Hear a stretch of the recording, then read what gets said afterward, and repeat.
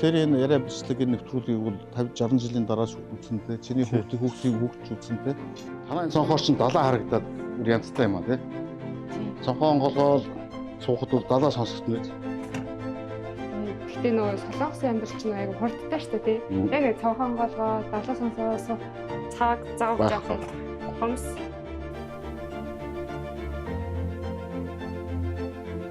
Ялангуяа шинжлэх ухааны салбар маш хурдан хөгжих хэрэгтэй. Тэгэхгүй бол шинжлэх ухаан хөгжихгүй бол Монгол хөгжихгүй боломжгүй.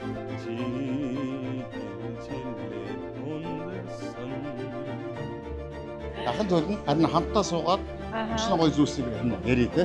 За тийм.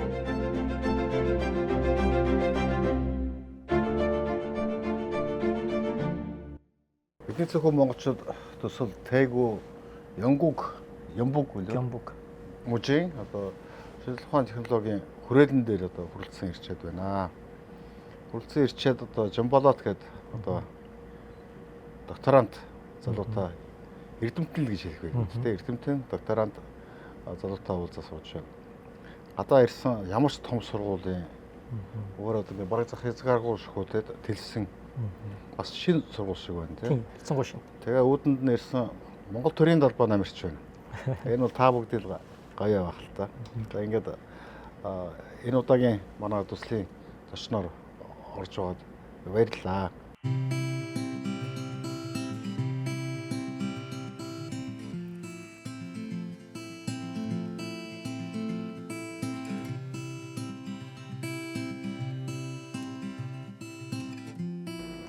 Бид өөрийгөө танилцуулахгүй юу? За, Unit Front энэ орой мэндийг хүргэе та бүхэнд. За, намайг Ашимын Жамблот гэдэг. Аюулын аймгийн Толсомд төрсэн. Энд одоо тарих судлалын чиглэлээр одоо докторийн зэрэгээ хамгаалахаар ингээд горилоод сурж байгаа.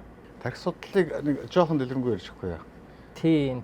Тарих судлал одоо би тэр бол айгуул оюун толгой өрдөг хүн юм багтаа гэж бодчих гээд шүү дээ тийм үү? Энэ их комплекс асуудал. Одоо хүн төрөлхтний нийгмийн хөгжил тэр дундаа энэ соёл иргэн шилжин ингээд явсаар гад бүх юм шинжлэх ухаан дээр суурилж явж штэ. Тэгсээр гад хөгжиж явсаар гад ингээд амгаах ухаан хөгжөөд ингээд дэд эрхний судлаад ингээд явсаар гад одоо янз бүрийн мэргэжлүүд гарч ирж байгаа юм. Тэгээд бүх өвчнүүдийн ингээд учрыг олж эхэлж байгаа юм. Тэгээд тэр нь өөр амгаах ухаан. Бид зүрх шилжүүлэн суулгадаг болчлоо, илэг шилжүүлэн суулгадаг болчлоо, бүр ингээд дэд эрхнийг ургуулдаг болчихоо. Тэгсэн мөртлөө энэ бүх нээлт, за дээрэс нь энэ пуужин, энэ бүх юм гар утас, хагас дамжуулагч бүгд хүн төрөлхтний нээлт. Гэтэл энэ нээлтийг хийж байгаа зүйл бол хүний тарих байхгүй юу? Яг үнэндээ. Гэтэл яасан гэхээр нөгөө тарих маань өөрөө яаж ажилтгийг өнөөдөр дэлхийн хүн төрөлхтөн өөрсдөө мэдэхгүй. Бидний биед одоо байж байгаа дунджаар 1.5 кг хэмжинтэй нэг юм жиж эргэтэн. Дотор нь бол нэг мэдрэлийн хэсэг юм байна. Тэр бол нэг 86 орчим тэрбум тооны мэдрэлийн хэсгээс тогтдог энэ тарих гэдэг эргэтэн. Тэгсэн мөртлөө одоо яаж ажиллаж байгаа нь одоо бол тодорхойгүй. Тийм учраас энэний одоо ажиллаж байгаа механизмыг, үйл ажиллагааг танин мэдээд нээчих юм бол хүн төрөлхтний шинжлэх ухаан, биологи ангаах ухаан бол нэг том шатаар өсөрөх ёстой гэдэг одоо концепц байгаа. Тэгээд ийм учраас энэ тарих судлал гэдэг цоошин салбар гарч ирсэн юм. Тэгээд энэ тарих судлал гэдэг салбар бол өөрөө бие даасан шинжлэх ухаан биш, одоо физик, хим, математик энэ гэдэг шиг бие даасан шинжлэх ухаан огтосоо биш. Энэ бол одоо нөгөө урд өмнө хөгжсөн физик, хим, математик, биологи, ангаах ухаан энэ бүгдээрээ хамтаараа энэ рүү явж ороод тэгээ ерөөсөө энэ хүний тариханд байгаа тархины үйл ажиллагааг тайлъя гэдэг юм баггүй.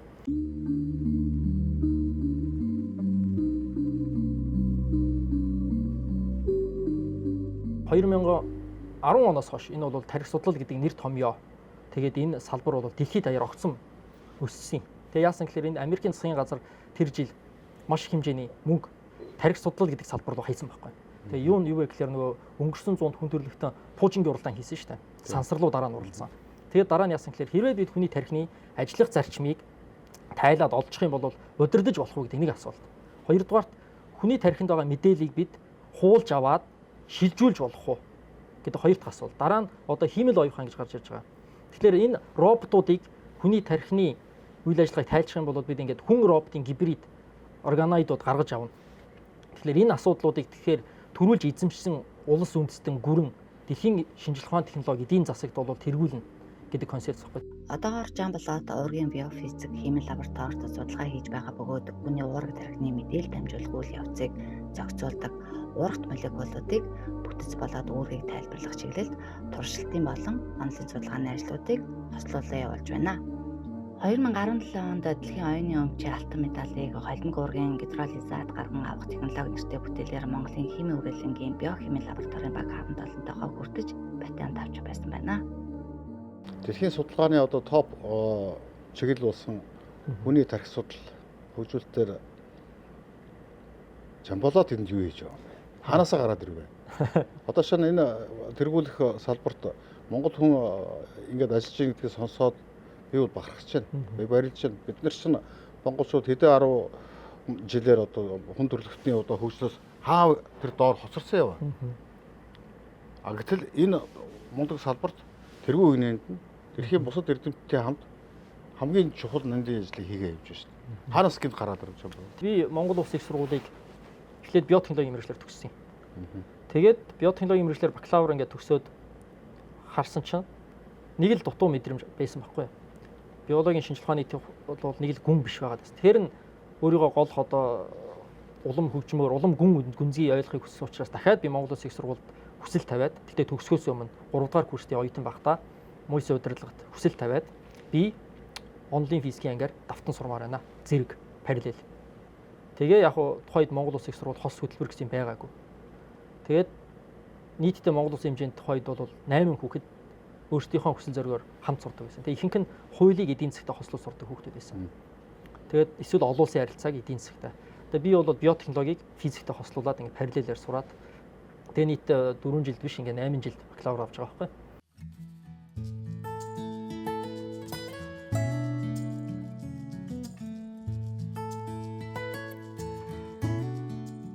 Тэгээ шинжилгээ ухааны академид азар академич Ган Эрдэнэ гэж том профессор.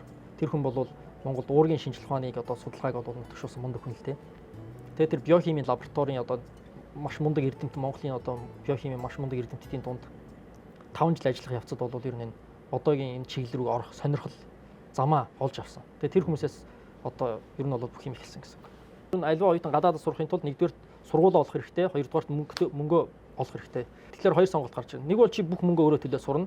Аль эсвэл чиний өмнөөс бүх мөнгөийг чинь төлж чамайг сургах газар хайх.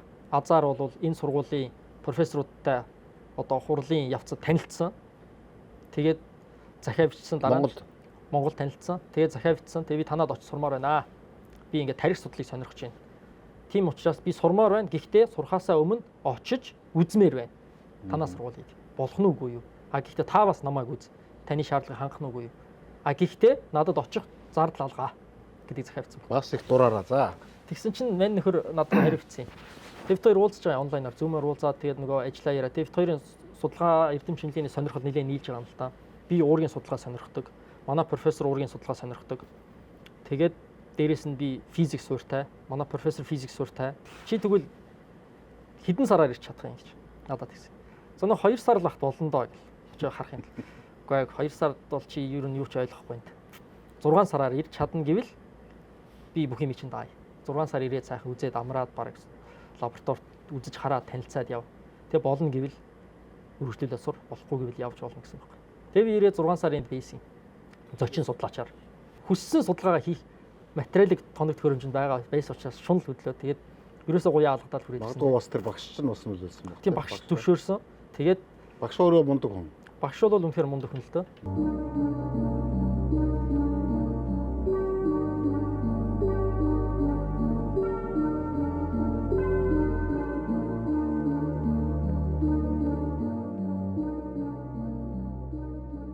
Одоо сая Elon Musk хүний тархинд чип суулгасан. Тий. Одоо тэр чинь л одоо энэ шүү. Мэдж судалчаад суулгаад байна уу? Зүгээр ер нь сайн мэдэхгүй ч гэсэн ер нь яадаг хийчихв. Яг нь тэнд бол хоёр асуудал байгаа. Тархины үйл ажиллагааг одоо бид нар энэ дээр бол одоо сүүлд бол тархин дээр яг ингээд том дүр зургаараа бол одоо чинь маш нарийн судалгаанууд явагдана л та. Хүн болгон баг хийж байгаа оюутан болгон профессор болгоны тархины судалгаа өөр. Нэг хэсэг тархины судалгаа бол тархины өвчин эмгэгүүдийг одоо бид ингээд илэгний үрвсэл хавдар гэдэг ингээд механизм тодорхой бүх судлаачид эмчнэр мэддэг тэрнтэй тодорхой эм нь тодорхой байж байгаа. Гэтэл тархины өвчнүүд байгаа. Шизофрен одоо за нөгөө деменшиа буюу зөнөгрөл, Алцхаймер, Паркинсон. Гэхдээ энэ өвчнүүдийн суурь механизм нь тодорхойгүй байхгүй. А нэгэн суурь механизм тодорхойгүй тохиол тэрэнд өгөх эм гарч ирэх боломжгүй. Тэгэхээр одоо өнөөдрийн ангаах ухаан яаж юм хэрэг энэ өвчнүүдийг гал дарах хэлбэрээр явж байгаа. Тэгэхээр тархи судлал бол ангаах ухаан тал руу ингэж явж байгаа. Дараа нь тарих судлал суурь онол буюу нөгөө саяны миний хэлдэг танин мэдих тал руугаа явж байгаа. Үйл ажиллагаагаа таних. Гуравдугаарт нь тарих судлал технологидоо одоо ингээд зоосны хоёр тал шиг хавсраад явах буюу өөрөөр хэлбэл одоо саяны Elon Musk-ийн хэлж байгаа чип энтер гэдэг шиг. Тэр бол одоо хагас амжилттай болсон үйл хөдлөл баггүй. Гэхдээ тэр нь юу вэ гэхээр засгийн газар биш хувийн компани хийснээрээ зүгээр дэлхийд шууган тарьсан баггүй. Түүнээс яг тэрнтэй ижил судалгаанууд энд хийгдэж байгаа.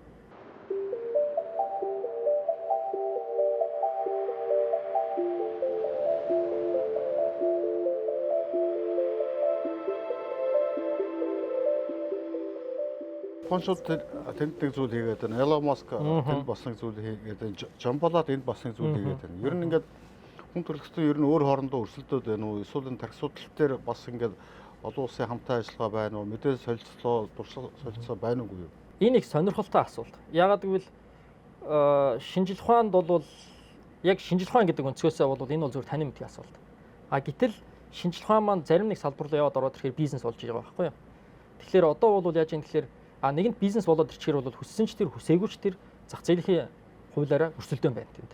Тэнгүүд өрсөлдөөн нь буцаагаад нөгөө судалгаагаа хурдсгаж өгдөг байхгүй. Тэгэхээр энэ ингээд зоосны хоёр тал шиг ингээд судалгаа шинжлэх ухаан хоёр бол ерөөсөө зоосны хоёр тал сүлд тоо шиг явж явах хэвээр. Дэлхийд дээр хоёр янзын дээд боловсролын тогтолцоо байна. Харамсалтай нь манай Монгол улсад бол зөвхөн нэг нь байна. Нөгөөх нь байхгүй байна. Нөгөөх нь юу вэ гэхээр University гэдэг англи хэлэнд их сургууль гэж байгаа. Монгол улсын их сургууль, шинжлэх ухааны технологийн их сургууль. Хөрөөлөө. За тэгээд энэ бол яаж юм бэ? Бүх мэргэжлэр бэлтгэл болсон хүчин бэлтгээд байна шүү дээ. Энэ бол бүх улсад байна. Гэтэл цөөн хэдэн улсуудад бол энэ нэг адилхан болсон хүчин бэлтдэг мөртлөө их сургууль мөртлөө философи нь өөр, санхүүжилт нь өөр нэг тогтолцоо байна. Тэр нь жишээ нь энэ нөхгүй Солонгосын.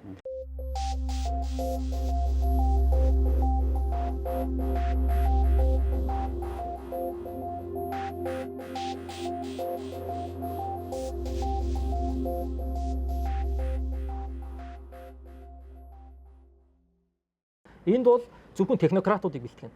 Шинжлэх ухааны технологиор суурилсан одоо хүмүүсийг бэлтгэн. Энэ сургуулиуд дээр Солонгосын хамгийн элит онц сурсан 10 жилийн сурагчдыг үн төлбөргүй эсвэж оруулж ирээд бүх юмар нь хангаад тэгээ бүр нэгдүгээр курст орж ирэхэд нь л шууд ингээд судалгаар оруулаад маш сайн одоо чадварлаг инженер технологичдыг бэлтгэж аваад тэгээд тэр нөхдүүд нь яаж юм гэхээр патентууд хийн.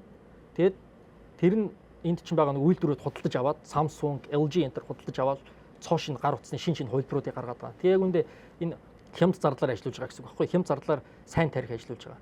Тэгээд тэндээс гарсан бүтээгдэхүүний нөгөө Samsung энтер чинь шинэ бүтээгдэхүүн маш хурдан гаргаад байна шүү дээ. Тэгээ нэг сургууль дээр 10 20 сургууль дээр зэрэг тийм юм явахаар чинь хааны газар шинэ юм гарна шүү дээ. Тэгэл ингээл одоо Samsung Жамболоотод юм заагаад байна уу? Эсвэл Жамболоотын тархитлагыг ашиглаад сороод байна уу? Тэр бол ер нь бол би сурж байгаа гэсэн үг. Энэ газар ирснээр бол яг би хөгжиж гин, сурж гин. Хоёрдугаарт бол одоо миний надаас гарсан одоо хэрвээ би патент хийх юм бол энэ сургуулийн дотоод журмаараа бол энэ сургуулийн юм ч болох байхгүй юу? Тэгээ ийм л юм байгаа. Одоо харилцан ашигтай чи бол ашлуулж байгаа. Ер нь ашиглуулж байгаа ч биш л дээ. Тэгж бол хийж болохгүй. Ашлуулж байгаа.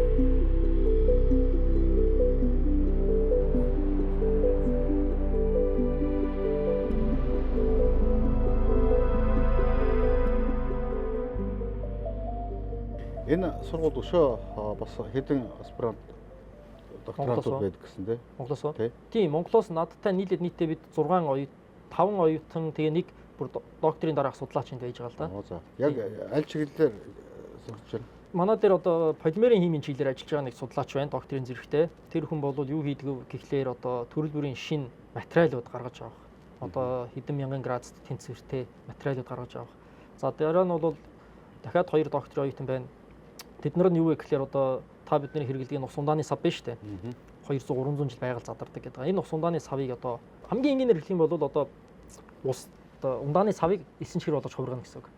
За. Тэгээд тэрийг одоо нөгөө мушка хийдэг лазыг тийм 9 чихэр болгоод талхан масын дээр асгаад ичсэн.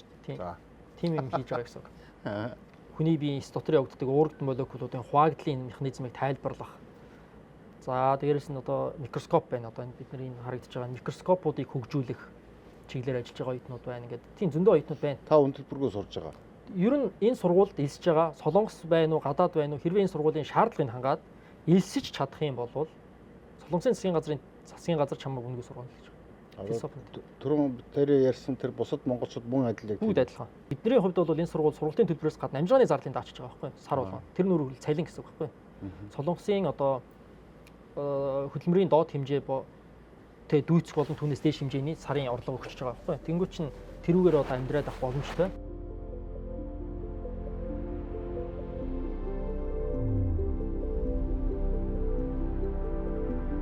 Тийм зорилго бол одоо бид нар докторийн судлаач хүн учраас одоо тэгээд гараад шууд маргааш улс төрлөөр ороход ч юм уу эсвэл нэг бизнес хийх явахгүй шүү дээ.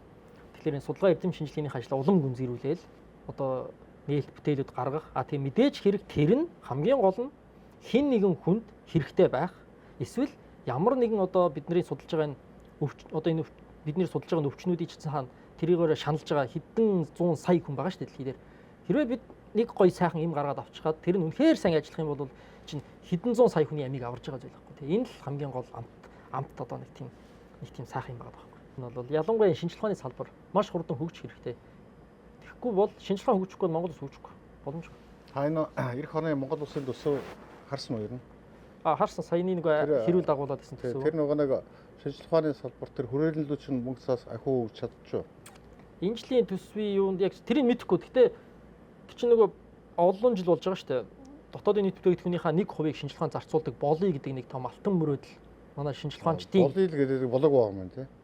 Нэг байтугай 0.2 шулааг баг шүү дээ. 0.100-ны хэдтэй байдгийг шүү дээ одоо. Тэр нь юу хэлж ийм гэхээр одоо бид Монголын эрдэмтэн судлаачид рекламны буюу танин мэдхийн төвшний шинжилгээ хийж байгаа байхгүй. Бодит шинжилгээ юм шиг. Яг гэвэл мөнгө байхгүй шинжилгээ хийх боломжгүй. Одоо би уургаар ажилладаг л да. Уураг гэдэг молекул. Тэгэхээр энэ уургийн молекулуудыг ингээд судлаад ингээд явхад судалгаанда дахиад өөр янз бүрийн төрлийн уурагт молекул материалууд хэрэглэнэ. Тэгэхээр энэ одоо юм жижигхэн хэмжээтэй юм хуванцар тюб байна шүү дээ. Тюб гэж нэрлэж байгаа. Бидний сав бортгол гэж л да. Энэ бортгоны ийм хэмжээтэй юу гэхэл нэг Ферраригаас үнэтэй уураг байдаг байхгүй заримдаа. Тийм үнэтэй. Өөрөөр хэлбэл зарим уургийн молекулууд бид нэр туршилтанд ажилладаг одоо молекулуудын бодисын одоо үнийг ингээ хэлэх юм бол нэг 3 тусал одоо энгийнээр хэлэхэд нэг 3 тусал нь одоо нэг $2000 байж ах жишээний. Гэтэл тэгээд тэр байхгүй. Гэтэл чи 2 3 туслаар хийхгүй шүү дээ. Тэр чинь ингээд нэг өдөрт одоо тэр чинь нэг савмавар нэрлэж. Тэр чи одоо нэг өдрийн туршилтын үртэй гэж хэдэн сая доллар байна. Тэгэхээр бол энэ шинжилгээнд мөнгө хаяхгүй бол боломжгүй.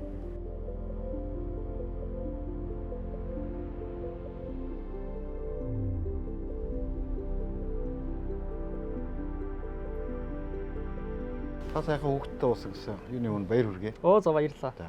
Гэр бүл нь бас энд сурдаг гэлээ тий. Тийм, манай хүн бас энд доктор хоёр та. Ямар мэргэжлээ? Саяны миний хэлсэнчлээ одоо тарих судлалын чиглэлээр ажилладаг л да. Яг хоо тарих судлал дотроо түрүүний манай тэнхэн тарих судлал гэж байгаа чинь дотроо маш олон лаборатори секшнлуулаад хуваагдчихдаг секшнүүд болоод. Тэгээ манай хүний ажиллаж байгаа Индра гэдэг Нимжавын Индра гэдэг байгаа. Тэгээ бид нэг хүрээлэнд ажиллаж байсан химийн хүрээлэнд. Ажиллаж байгаа юм нь бол одоо хуванцар материал байгаль орчны энэ асуудлыг одоо шийдвэрлэх, өөрөөр хэлбэл саяны хуванцар материалыг задалдаг, бичил биетэн олж авч илрүүлэх, тэрний задалдаг уурагт молекул энзим гаргаж авах гэдэг чиглэлээр ажилладаг юм. Лабораторид танилцсан. Тийм, Монголд. Монголд юу? Тийм, химийн хүрээлэнд бид нэг байгууллагад ажиллаж байсан байхгүй. Тэр химийн хүрээлэн чинь тамд хамаг биенэ өгсөн биз дээ. Тийм, манай химийн хүрээлэнд бол ер нь бол гаргаж өгсөн байна тий. Энэ туршлага өгч байна. Хөрөнгөлүүлсэн. Яахан хань ижлийн өгсөн байна тий. Маш олон багш нар өгч байна. Тий. Яахан чамайг байнга тэргүүлж байгаараа. Дэлхийд Монгол улсын нэрийг нэг ингэж хэрэг заяа. Элон Маск бүр ингээл чамайг тэрвэрж аваад жишээл байгааг бол одоо дэлхийд балархвайлаа шүү гэж бүр орилуулах хэрэгтэй байхгүй. Тий?